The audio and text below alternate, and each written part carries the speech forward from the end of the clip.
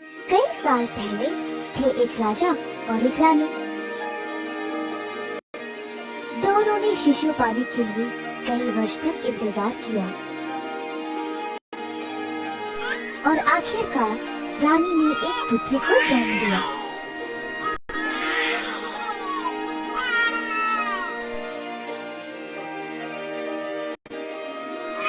छोटी मुन्नी को बहुत लाड प्यार से पालन किया। महाराज के साथ रहता था उनका भाई धीरा और उसकी पत्नी मीनाक्षी, जो एक दुष्ट चुड़ैल थी।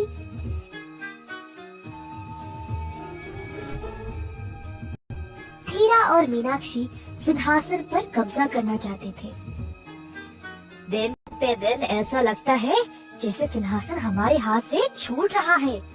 जब राजकुमारी का विवाह हो जाएगा तब सारा राज्य उसके पति का होगा। तुम ही इस सिंहासन के महाराज बनोगे। मेरे पास एक योजना है। धीरा ने अपनी पत्नी की बात मानी।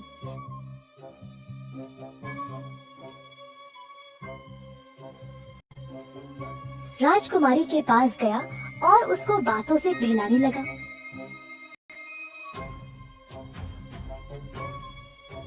एक सुनसान जगह ले जाते हुए। अब महारानी के भाई सेठू ने धीरा को राजकुमारी को ले जाते हुए देखकर उस पे संदेह किया। चोरी से उन दोनों का पीछा करने लगा।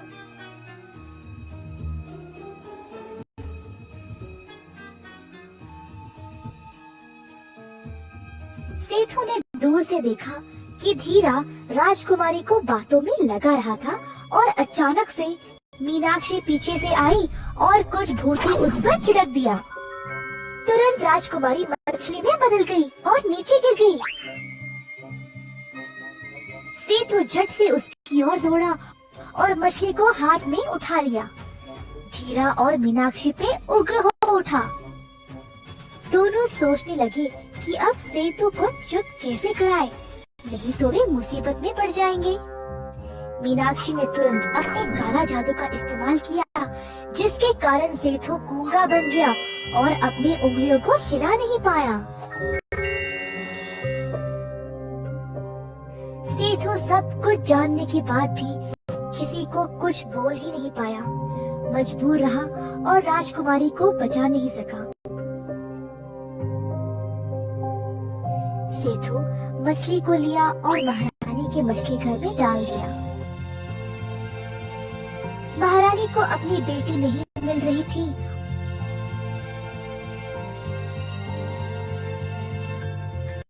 और उसका भाई भी अचानक से बोलने और लिखने की शक्ति खो दी। परेशान होकर वह महाराज के पास अपनी बाधा ले गई।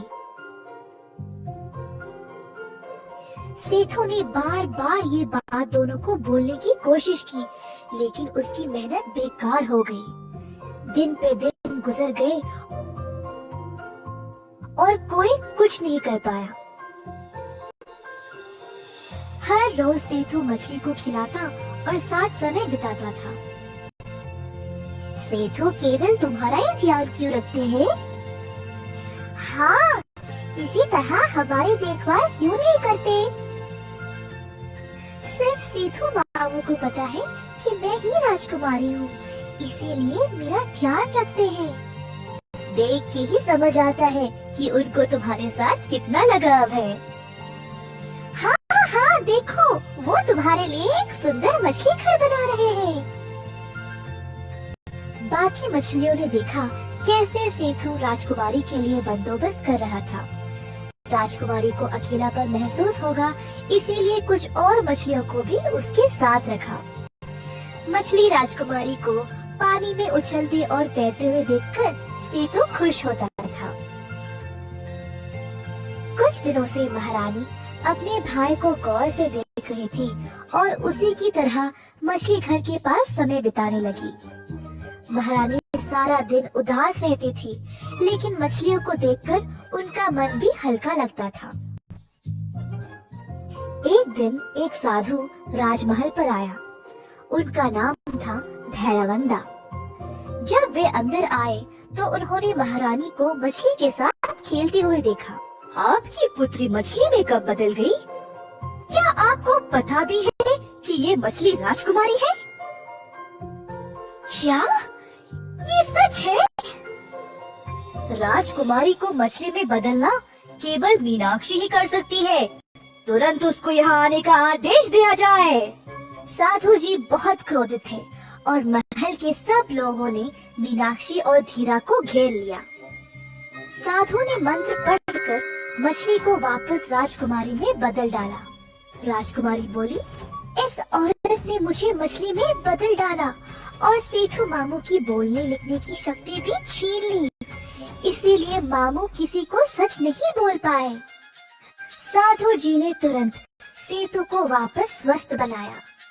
महाराज ने फिर धीरा और मीनाक्षी को उम्र कैद की सजा सुनाई। अंत में सब लोगों ने खुशी खुशी जीवन बिताया।